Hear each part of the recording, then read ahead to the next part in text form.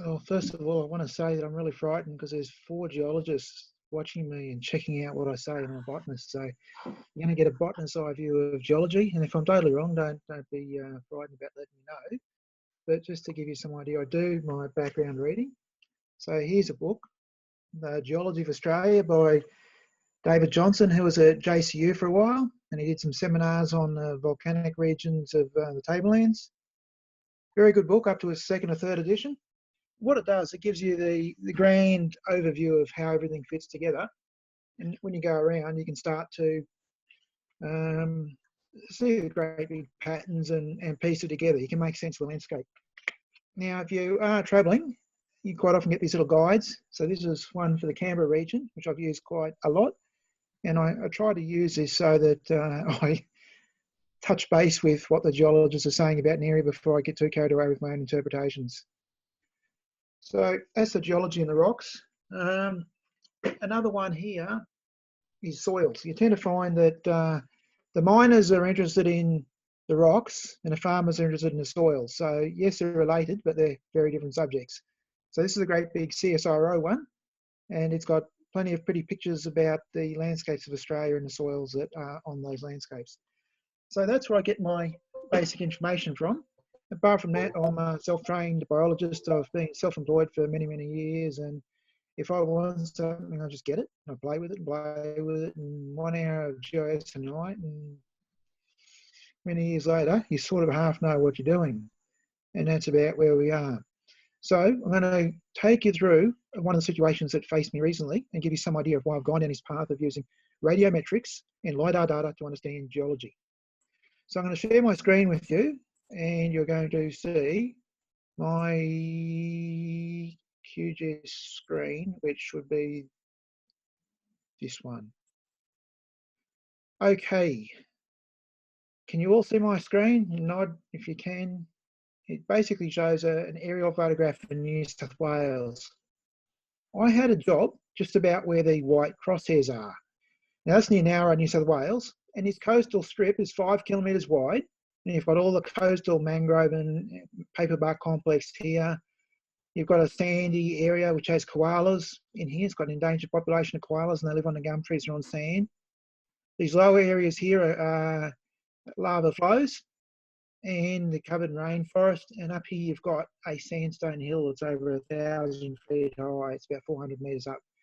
So if you pick a spot here and you do a 5 kilometre search in all directions, you end up with about 65 rare and threatened species. And some bloke just wants to put a fence in. You know, he wants to knock down a couple of trees to put a fence in. You've got to write this report, which deals with 65 threatened species, because in New South Wales, they have what's called assumed presence. If you don't prove it's not present, they regard it as being present, and the guy has to pay compensation for it, which can end up hundreds of thousands, if not millions of dollars. So I had to find a very, very quick way of understanding the landscape down there.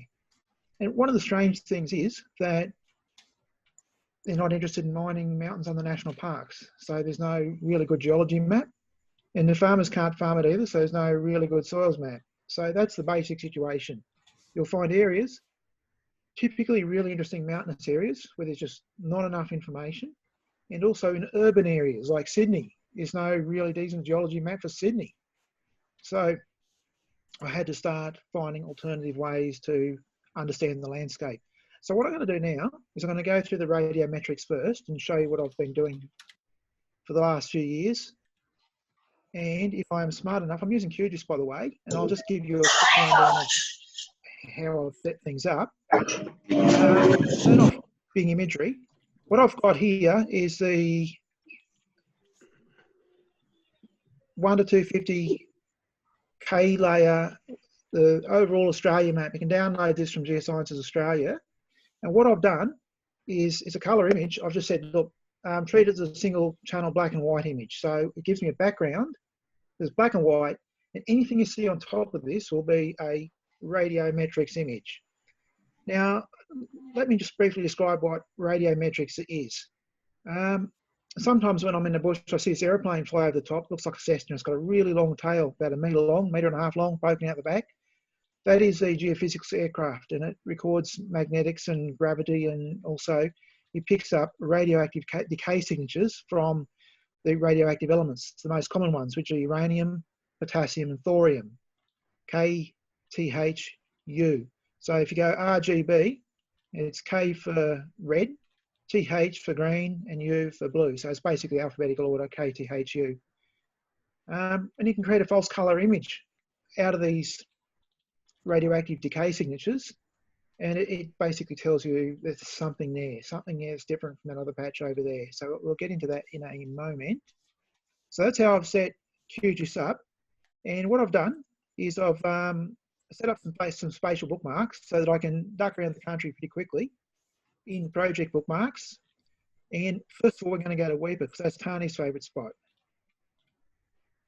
Oh, look at that. There's Weeper. And it'll work a lot better if I turn on the radiometrics layer. And you should see it go blue all of a sudden. And I'm actually hooked up live to Geosciences Australia, and they are not servicing their web server. Yay! So we can actually see what's going on. Now, if we look at this little diagram on the left side of the screen, you can see that it's like halfway between uranium and thorium. It's a little bit radioactive up there. And if I zoom in a little bit, you'll see little black spots. They're wetlands because the radiation can only penetrate about a metre of dry earth. And in fact, if you've got water in the earth, like you have with springs and wetlands, it absorbs the radiation. So what we've got here is a fantastic system for finding springs. Now, I used to work up here near Charger Creek, and Charger Creek was Steve's place. You might remember Steve Irwin versus Cape Alumina. I was the consultant working for Cape Alumina, and I had to count all the springs on Cape York Peninsula to prove that they were so common, they didn't have to be taken care of. So I counted them all, and there's about 150 of them, and actually they're quite rare. So the study went the wrong way. You can see the little black dots. Now, if I turn off the background layer, you can, oh crikey, I've got to stop double clicking. You can actually see the wetlands are real. They've been picked up with the radiometrics. The image we've got here, they call it a ternary image. It's the one size fits all of Australia image, and it's not really good. If you actually download the data set for this area, you'll see a great deal more detail. You'll actually see even the different grades of bauxite. So in through the middle, you've got a little bit of a pink stripe. That's the Wenlock River. Now it brings in granite sand from hundreds of kilometres away, and granite has a little bit of potassium in it. So you can see the alluvial basin of the Wenlock River. So that's pretty much all I want to say about this area. You can see that it's very, very sensitive. And when I zoom in, or zoom back towards the Weeper area, you can actually see the mined areas. See how the mined areas have got that nice little edge around them, the mapped edge, and inside they're light blue. So you can actually see the difference between mined and unmined areas through radiometrics. So what we're looking at here, by the way, is bauxite, and bauxite is sandstone with the sand dissolved out of it. 25 metres of sandstone equals 1 metre of bauxite. So we've got 3 to 4 metres of bauxite here. So you can imagine it might have once been like the Sydney sandstone landscape, and the heat and humidity and acid low pH rain has dissolved away the silica over the years and just left the residual sesquioxides. And as I said, you know, sometimes you can see the different grades in bauxite with the terrestrial bauxites in the high country around Weeper. If we go a little bit further inland, the colours are a bit different. And that's the rolling downs sort of formation. And that was once under the sea, so it's got a slightly different colour. So let's now leave from Weeper and go to somewhere different. So this is a quick trip around and a view of all the colours.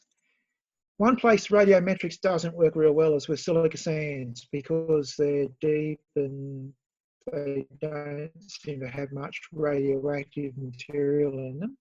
When this finally catches up to me, we'll see Cape Flattery and you will see that it will be black. So when I've tried to do radiometrics out in the desert, like out in the Tanami Desert, or which is windblown sand, or in areas of deep sand dunes, I don't get a lot of information here. You have to train your brain for a bit and go, look, the really dark colours are the boring bits where I'm not getting a signal, and the brighter bits are where I'm getting the signal. So in some ways, the strength of the colour is the reverse of what you expect. Now, years ago, I used to drive around the country, and I used to actually find something interesting in Google Earth first, and I go out and try and track it down and find out what it was. So I'd find all these really wild geological features, and I found this one here out near Hughenden. I'll give you a look at it in aerial photo mode. So there we go. That's a flow-in-placed lava deposit, and it's actually an inverted landscape. So what's happened is the lava has flowed down a river valley, and set and gone hard. And the lava being so much harder than the surrounding rocks have dissolved away or washed away. And now you've got this plateau, this basalt plateau, sitting up 50, 100 metres above the surrounding plains. And these dark edges, that's where the basalt boulders are breaking away and rolling off the edge of the plain down a slope. And if we turn that off, we'll go back to the image. There we can see it's bright red, and that's bright red because basalt contains heaps of potassium. Now, one of the other interesting things about this area here is, if I can do this, I'll turn on the bioregions boundaries, and you can see that the radiometrics almost totally predict the bioregion boundaries. So the red tongue, that's the Inersley uplands.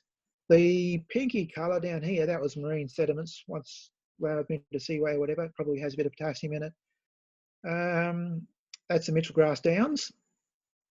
Over here, up the top, the bluey purpley colour, that's Gulf Plains. That's sort of alluvial sands, and it's a mix of different things.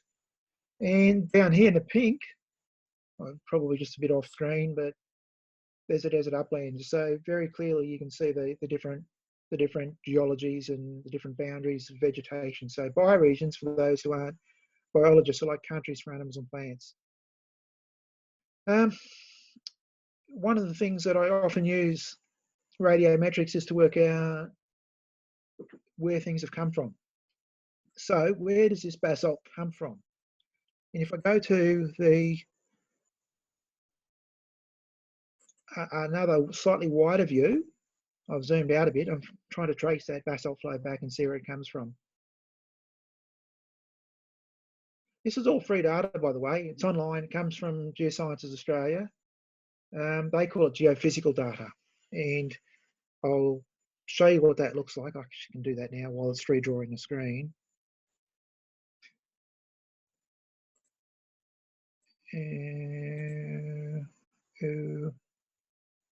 Actually, I'll go to the browser and do it.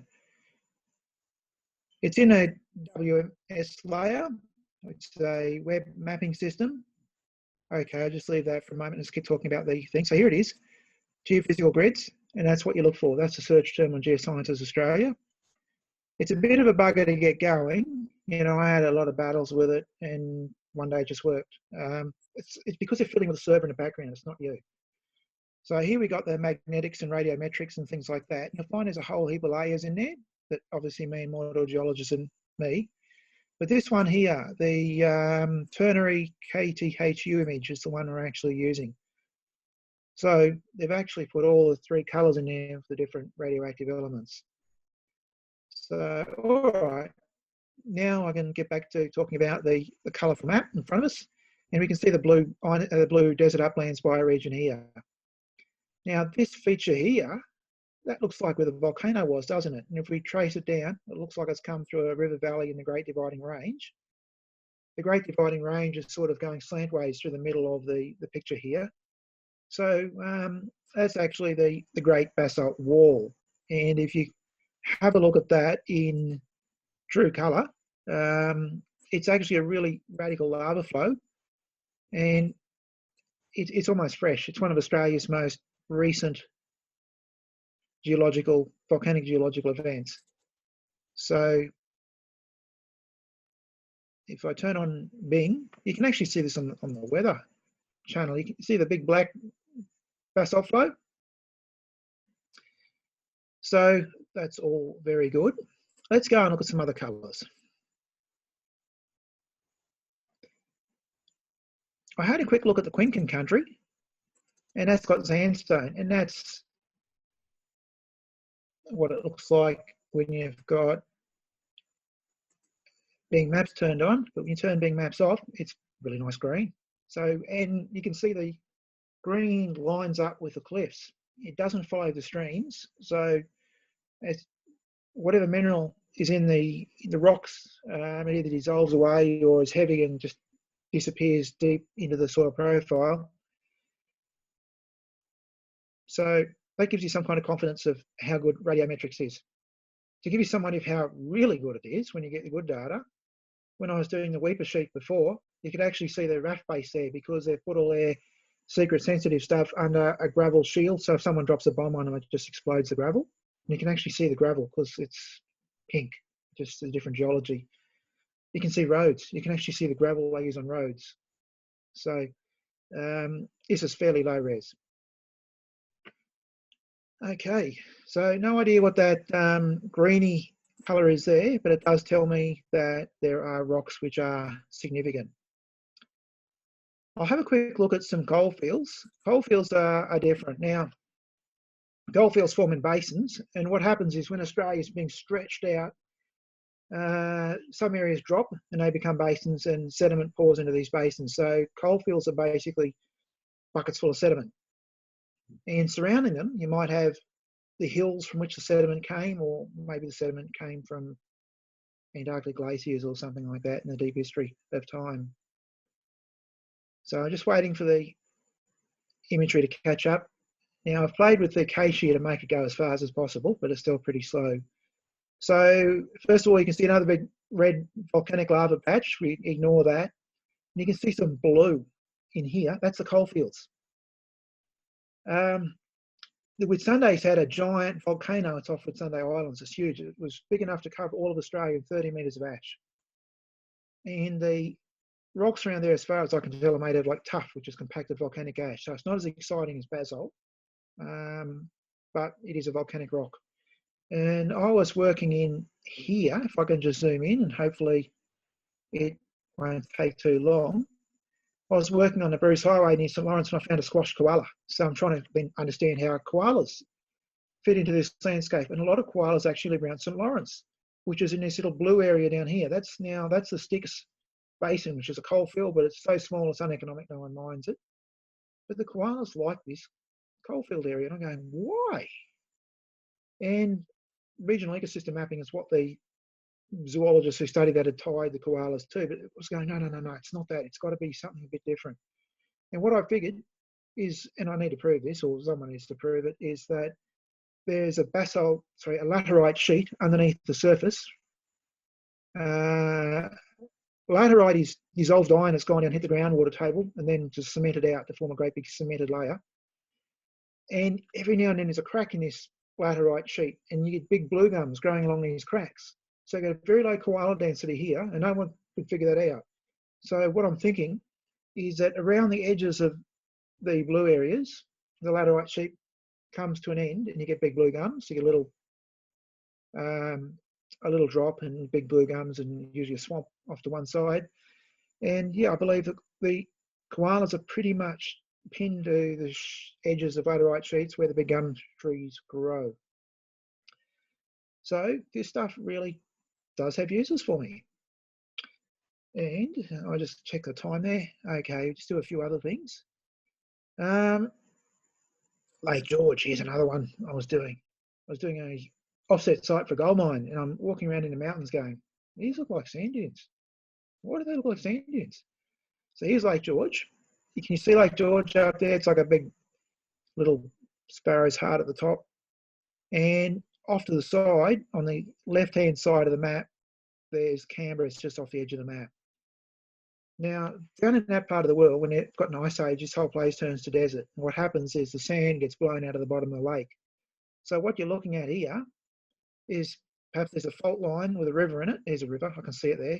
It's delivering sand to the lake, and it's radioactive sand. Then the sand gets blown out of the lake all over the countryside. There's little lakes up here too. And they actually supply enough sand for all of the building industry in Canberra. So that's called deflation. But I'm working over here, a place called Dargis Reef, which is near Braidwood. And there's a gold mine. And I'm just off the edge of the cliff down here. I don't know if you can see my pointer, I'm wiggling it, but yes, 80% across the screen, you can see the edge of the bioregion, the yellow line, and there's a little bit of sand hanging off the end of the cliff. So we've had a prevailing wind blow sand off the edge of the hill, side of the hill, and a swarm of sand in there, full of wombats and interesting things. So I'm looking for ribbon gum forest and basalt. So like was very important information, because it turns out if I didn't deal with that, we would have been in a poke trying to find an offset. Okay, so yes, sometimes you end up in complex areas like Canberra where there's lots of geology scattered all over the place and it's quite hard to interpret.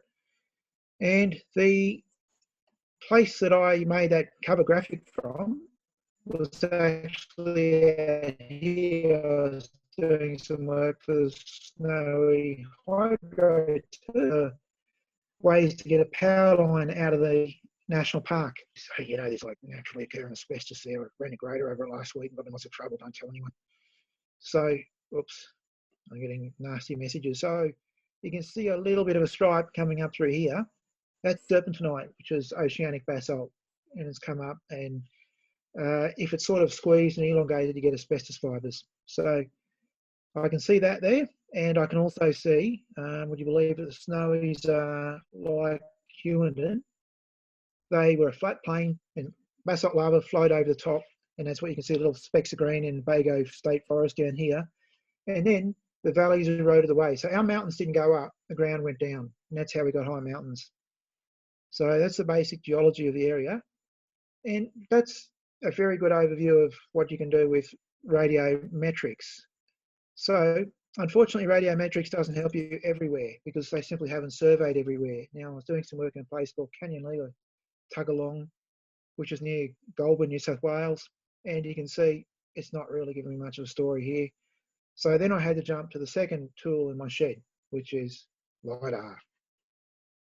So I'm going to jump over to Manifold GIS. So I have to stop sharing and I have to start sharing again when I change application. So bear with me for a second. I'm going to stop sharing and I'm going to share my screen again.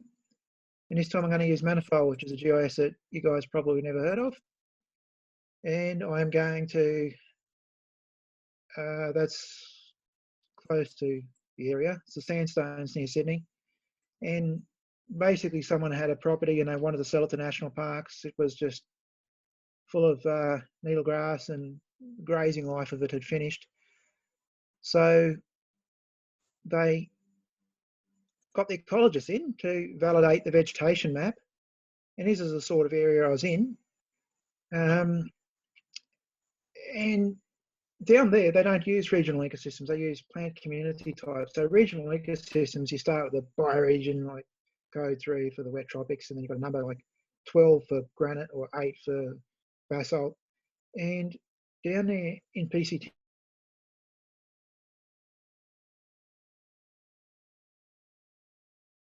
use a pattern recognition engine to break the canopy into little patterns. And then they use a model which says this latitude, this slope, this geology, should it be this? So geology is in there, but it's implicit, not explicit. So consequently, when I'm trying to ground truth an area like this and I don't have a geology map, I'm really, really in trouble. So let me turn this off and I'll turn on all the images showing. That's what it looks like in 2 meter DM data derived from lidar. Can you see all those beautiful sandstone layers? You know exactly what geology you're in. Look at the aerial photograph. Can hardly see anything.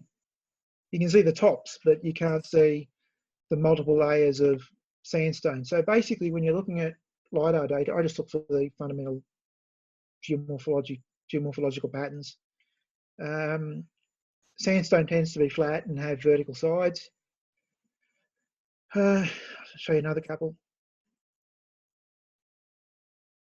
These are all in the same area, and I've gone to all of them.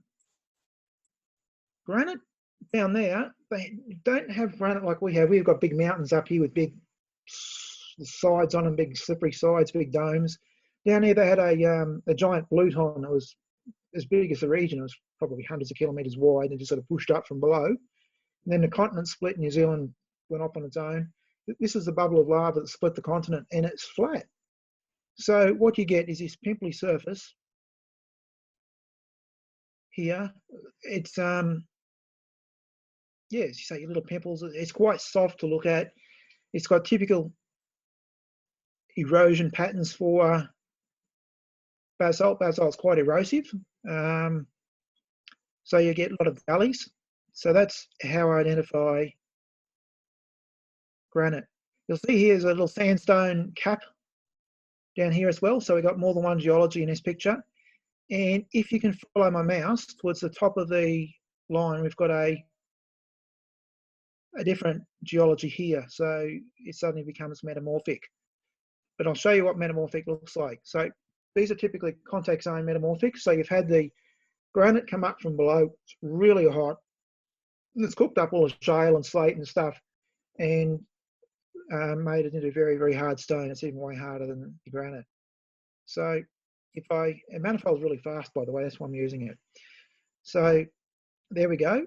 There's what a metamorphic landscape looks like. It's not soft and round, it's hard and jagged. So you can pretty much pick it up straight away.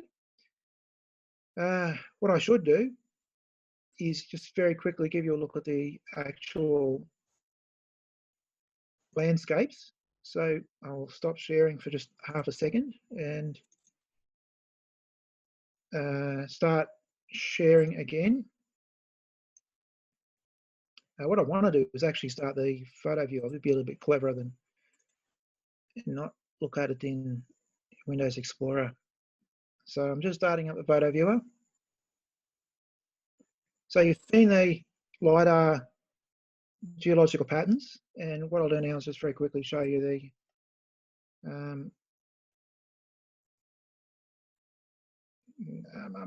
where is it? It's not showing.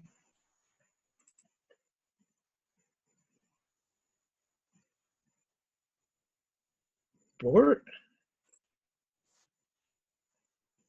I might not be able to do that. Just try once again. Okay, here we go. It was just there we go. There's the Sandstone Clips that we were picking up and looking at a second ago. I'll just roll your mouse through those. So these are taken with a super zoom camera.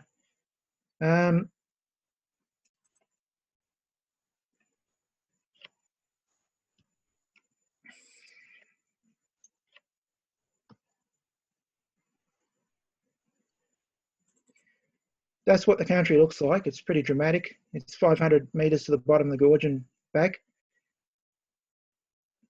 This is the Metamorphic hills that you're looking at, and the river down the bottom, covered in goats. A lot of scree slopes. We went up and down.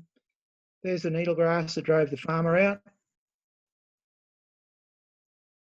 This is a contact zone. So in the bottom half of this photo, or sort of in the left half, you've got decomposed granite, and above that you've got the hard metamorphic rocks. So the granite doesn't last nearly as long as the metamorphics. There's the metamorphics. You can see why they're jagged. This is my offsider. He's half my age. I'd love to wear him out. Gives me a bit of a thrill. And there's a little bit of granite. So there's the little granite pimples we were looking at a moment ago. Oh, this is botany in New South Wales. You don't need your binoculars to look at tree leaves. You need your microscope to look at the ground. So there we go. There's the other bits and pieces. All right, so there's maybe one more thing that I'll show you. I'll go back to Manifold. One little trick. So I'm going to change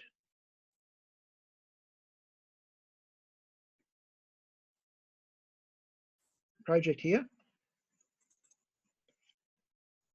So here we are. This is a project I was doing in the Madgy National Park near Canberra. I was actually trying to find old horse trails through the mountains, because what they want to do was reactivate some of these old horse trails so that the bushfire guys could get in and start burning the landscape to prevent catastrophic bushfires. Now, this is before the catastrophic bushfires. So my job was to walk around in the hills and try and find an easy way in. And it's really, really hard to navigate through this country. It's very dense. It got burned many years ago, and it's a thicket in the understory. So what we've done is I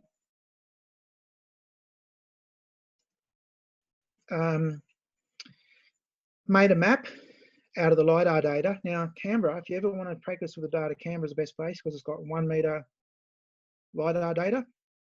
If I turn off the image here, you can actually see this is what the lidar data looks like. That's a rock here. I've just zoomed in on one rock. That's the lidar data just dragged into Manifold, and you press a couple of buttons and it comes up like this. Not a lot more effort to do it in QGIS. If you drag the lidar data in to start with, it has no colour. What you need to do is put a hillshade over it. If you don't put a hillshade over it, it'll be like this translucent, half black, half white shape without form. So you need to generate a hillshade, and QGIS is really good at it, and Manifold's really good at it as well. But one trick you can do, if you want to sharpen this a little bit so you can see tracks, is you put over a curvature filter. And what a curvature filter does is for every little block of 3 by 3 pixels, it works out whether the middle pixel's pushed up a bit or depressed a bit. You can have a sloping flat plane and ignore that, it's not curved. But if the middle pixel's above the line between the outside pixels, and it's got positive curvature. I've got a cat walking around behind me on top of the cupboard, competing for attention. So if I turn on the curvature filter, all of a sudden you can see a whole lot more detail on the rocks. And this is really great because when you're in the country and you're walking around, you don't want to fall down these cracks and holes, or you don't want to run into a cliff that you can't get down. And if I turn the image back on, look at that. So I've almost got the same resolution that I'm getting out of an image in the lidar data, and I can see through the trees, and I can see the ground, and I can see all the hidden traps and scree slopes and what have you. So I'll just turn that off, and you can see, you know, the cleft in the middle here, and that it doesn't go right the way through. And you turn the image back on, and it looks like you can't get along that top. So it is really, really good. All right, I've probably talked your arms and legs off. I should open the floor to questions.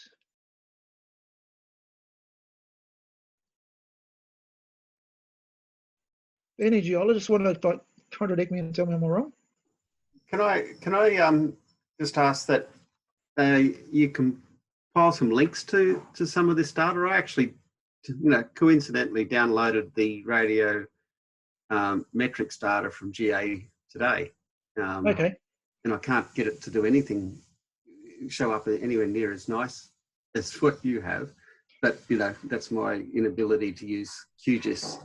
Yeah, do use QGIS. I couldn't get it going in Manifold because the way they set the server up, it's actually got a weird graphic as a legend, not the normal color patches, and Manifold can't handle that yet. Okay, no, well, I actually downloaded the raw data, the 100 meters grid, a couple of gigabytes. Thank God. What you've got to do is you've got to load that into a color image. So you've got to specify the K is going to be the red channel, the TH is going to be the green channel, and the uranium is going to be the blue channel. Yeah. So all the GISs can do that.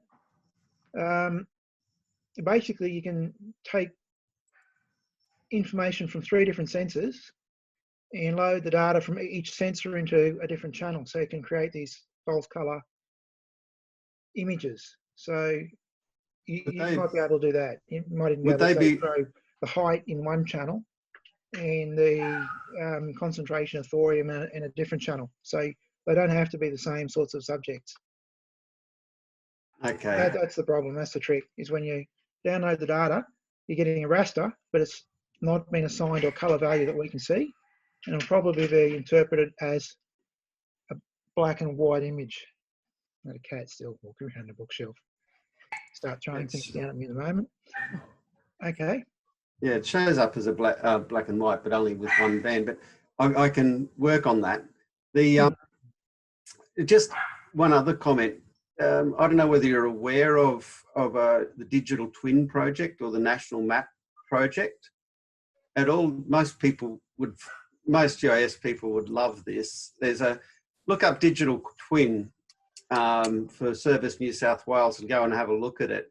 It actually has the best available lidar data right across Australia, overlaid aerial on it, and it's just an amazing interface.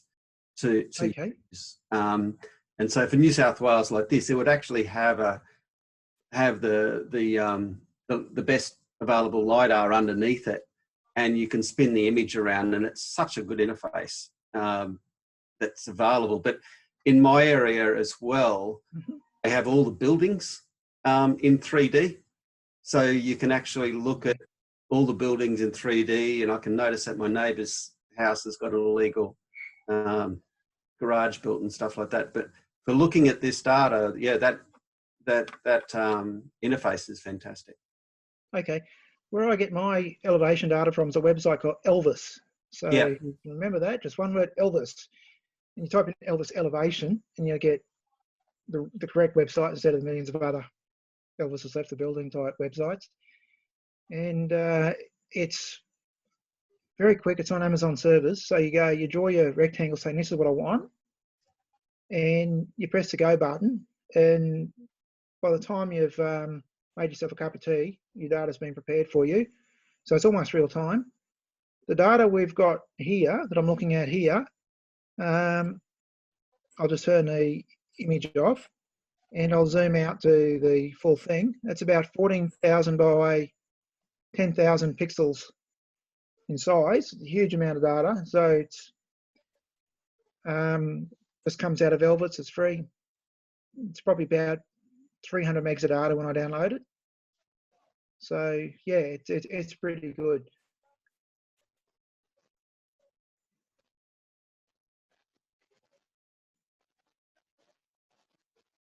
Awesome. Feel free to unmute yourselves and join the conversation. I have a question. I'm actually wondering if this is recorded because I believe some of my colleagues would be interested to see. Yes, indeed. See this as well.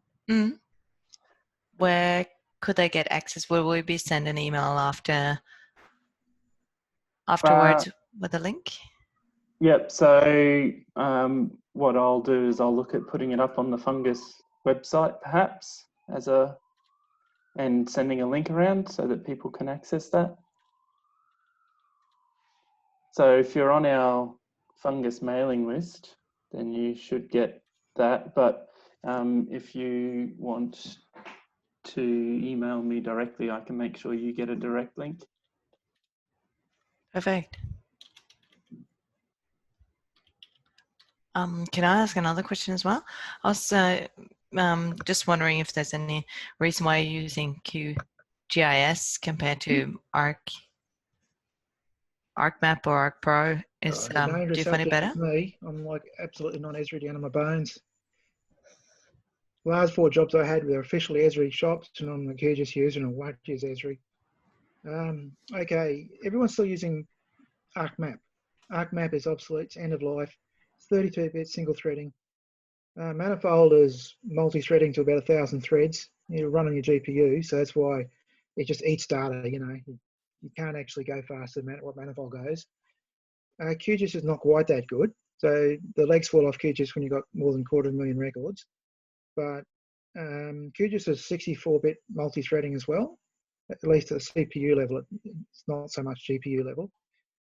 So it's a completely modern architecture. You can get a lot more memory for really big data sets. So ArcMap's limited to 3 gigs, QGIS Manifold 128 gigs of RAM easily.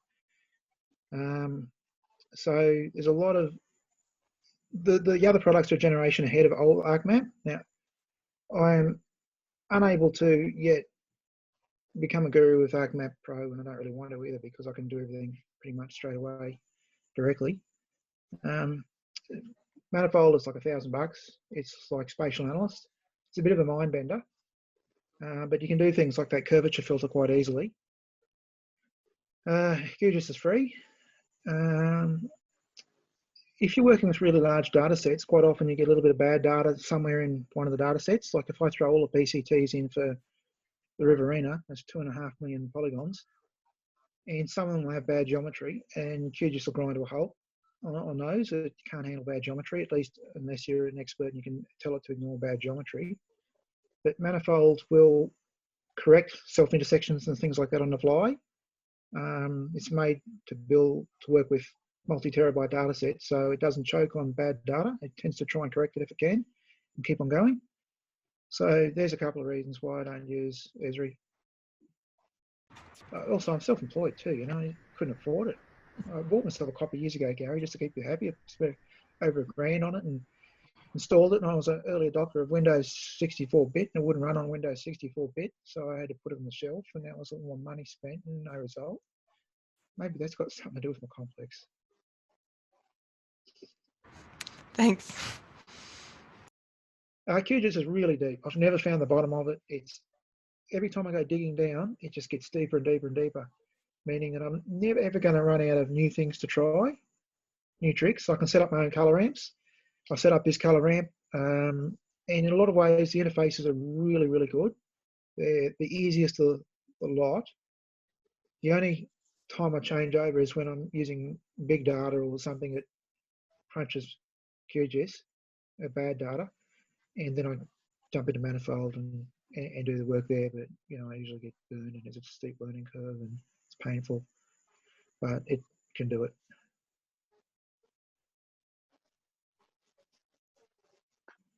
Awesome. So free viewer, by the way, if you want to try Manifold, just grab the free viewer, and you can screen print to your heart's content, so you can do what I've done. You know, when you get the result, you can screen print them out and put them in your consultants' reports or whatever. They don't really care less. They even say that in their help documentation, screen print away. The only thing you can't do with a free viewer is save your project file. So in a way, it's good to start with the viewer because you become really, really good at setting things up.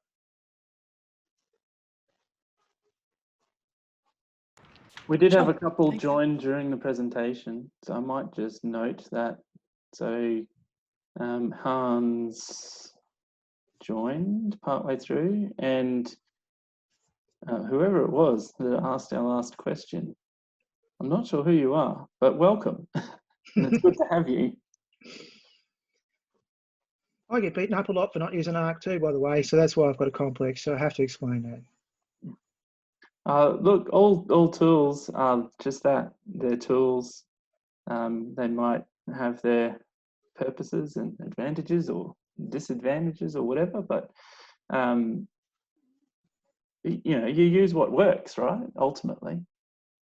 It's. I might make a comment. 25 years on, it's good to still it's good to see that discussion still is active in fungus. Yeah, absolutely. And you know, in terms of fungus, we try not to be you know, particularly you know, play favorites with software. We're all about GIS, not necessarily all about you know, one company or another or this or that. But in fact, we love to just show what we're doing, show what we can do, show off some of the tools, and certainly it's good to be exposed to lots of different types of software so that you can broaden your horizon. Because the thing that I hate is you know, someone just being unreasonably closed-minded about you know, one software over another. I mean, I'm working in an organization that is very much an Esri using organization for a number of reasons. And so I'm very proficient with Esri, but when I get home, I'm using QGIS. I don't have Esri at home, I have QGIS, and I play around and I have a whole bunch of fun with QGIS at home. You know, it is what it is. In the geological world, yeah, we've seen quite a significant change over the last 5 years as QGIS has added more and more functionality. Less and less people are using, say, Arc or MapInfo, and they're moving towards QGIS. Yeah. Often companies may have within an office or a group of people 1 or 2 licenses of, say, MapInfo or Arc, but basically everyone else is using QGIS, like junior geos or field assistants or whatever, because they can distribute it widely to everyone because it's free. And yeah, and there's certainly, Lisa and I have been forced into using it in the last year or 2 because a lot of our clients are now moving towards QGIS because of its cost and because it's quite easy to use and, well, free. Yeah, so yeah. Yeah. And yeah, so I mean, like for instance, TerraSearch in Townsville, you know, they're a small, I suppose, service company in the industry, and they would have traditionally had everyone with map info in their office, but now it's only 1 or 2 licenses of map info, and everyone else is using QGIS. Andrew, just ask you a question there with your geology mapping, Mm-hmm. and I understand that data in, data out. Have you used it mainly for broad scale mapping, or what are some of the larger scale mapping that you've done? 1:10,000, 1:20,000? Yeah, this area here, I actually walked down this gully and it was a nightmare. And I have a geology map for this very, very gully. And can you see in the middle of the map, in the exact middle, there's little bits of rock coming out of the top of the ridge. Yes. With the radiometrics, I can tell you that's an intrusion. It's probably a basalt dacitic intrusion. It's not a metamorphosed, a contact metamorphic. So the geology map, they're always generalised a little bit. This whole area that we're looking at on the screen, that's just one complex sedimentary mess, including shales and hornfells and all sorts of things. But it's only mapped as one unit. But if I want to get down below that, and I want to work out where the scree slopes are coming from, and because I want to put a track in here that isn't going to be affected by mass movement and soil creep, I really want to know the geologies. So at this extremely fine level, I'm actually looking at both the geomorphological patterns to tell me the soil types, and also throwing the radiometrics over the top. Now, the radiometrics are blurry at this close in scale. So, you know, I'll get a bit of a blue smudge over here telling me, you know, it's an intrusion. So what sort of representative fraction are we looking at for your scale? 1:10,000? Well, we're looking at 1 to 5,000 at the moment. 1:5,000. Great. Yeah. And have you had any? You get to the point where you can actually see individual boulders. You can actually, as you're walking around in the field with this on your mobile phone or something, if you can download this to your mobile phone, and you can use this as a background, and it's good because you're getting the ground surface, not the tops of the trees. So you're seeing what you see on the ground, which is underneath the 25, 30 metre trees. And you can actually recognise the lumps and bumps that are on your device as being rocks on the ground. And I think it's very positive to see that your bioregion boundaries are following the geomorphology boundaries, which is what it probably should do as geology creates and the soils then create the vegetation.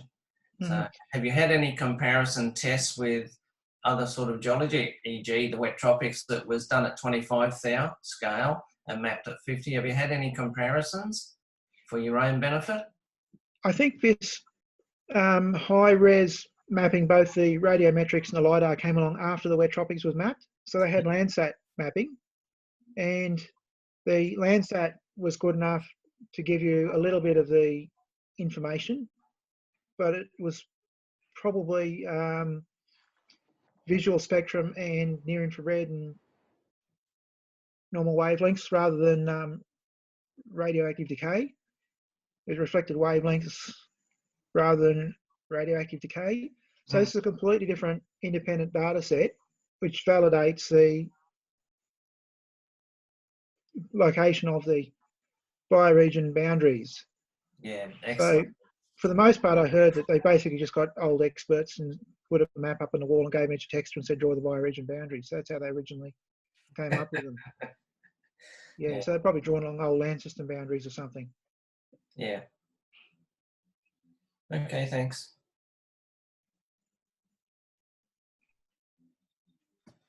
Andrew, I have to leave. Thank you very much. That was very interesting. I'm actually going to use some of the stuff you've been talking about in the next few days. So, good. Giving those pointers, and yeah, I'll catch up with some of you in the future, I'm sure. Thank you very much for this. It's great. Awesome. Thanks for joining us, Robert. Bye. And I might also note that Will from the Cairns Council did have to leave. Oh, it was most of the way through your talk, Andrew, and he sent me a little message just saying to make sure that I said thank you very much from him. He very much enjoyed what he was able to stay for.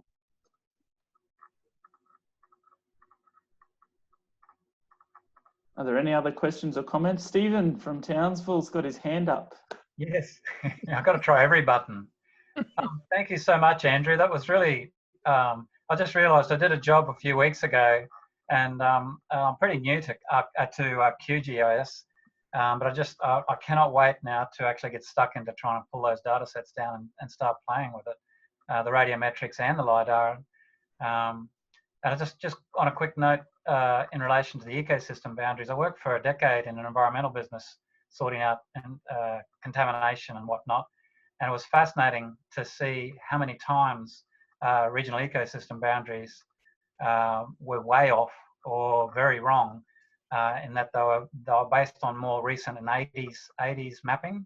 Mm-hmm. And I think there's been, and even actually I was in relation to exploration geology last year, an exploration company has been completely given the dog leg on geology that's non-existent, quite a large bit of geology that was put in on the 80s where they were. And it was quite embarrassing for me to come along and look at the rocks and go, hang on, no, there's no sedimentary here, it's all igneous. Okay. Just a note for people, very often when I've done this work, I've had to pull up the 60s map again and really put sort of 80% emphasis on the 60s maps and being quite careful about anything more recent, just as anyone who's in regional ecosystems or the like, or the ilk. But yeah, using both of these would be fabulous for getting better boundaries and interpreting. What you will find is regional ecosystems got a real big problem on flat ground. So if you're in the Brigalow Belt or Cape York, it can be 1 metre up and you're in the ridge, and 1 metre down and you're in a sinkhole with floods during the wet season. Yes. So the lidar, you've got to have really, really, really sensitive lidar there. 15 centimetres can make a difference in height. The ground actually dissolves from underneath and the surface collapses, which is how you get the sinkholes. So very, very small basins flood, and where the water goes in, you get accumulation of nutrients, and where the water comes out, it's the worst desert you can imagine. It's a nutrient desert. So the lidar doesn't give you so much there, but in central Queensland, the clays are very, very rich in the radioactive elements. And when it looks like a multicolored carpet when you put up some of the areas around Emerald, and you can tell from the clays what's going to grow there. So the radiometrics, I did a big transmission line from Emerald to Kevin's Corner to the Galilee Basin. I did the impact assessment for that. And the clays actually, they come from different mountain ranges, so they've got different geologies. And that helps you a great deal in interpreting the environment in that direction. Yep. Yeah. No. I also was involved in Kevin's Corner and rail alignments. And at the end of the day, there's you have to get fit boots on ground, I think, for a lot of stuff, whether it's exploration or ecology. So I have to actually run. But thank you again very much, and Gary, for holding the talk. It's just fabulous, really inspiring. Thank you very much. No, awesome.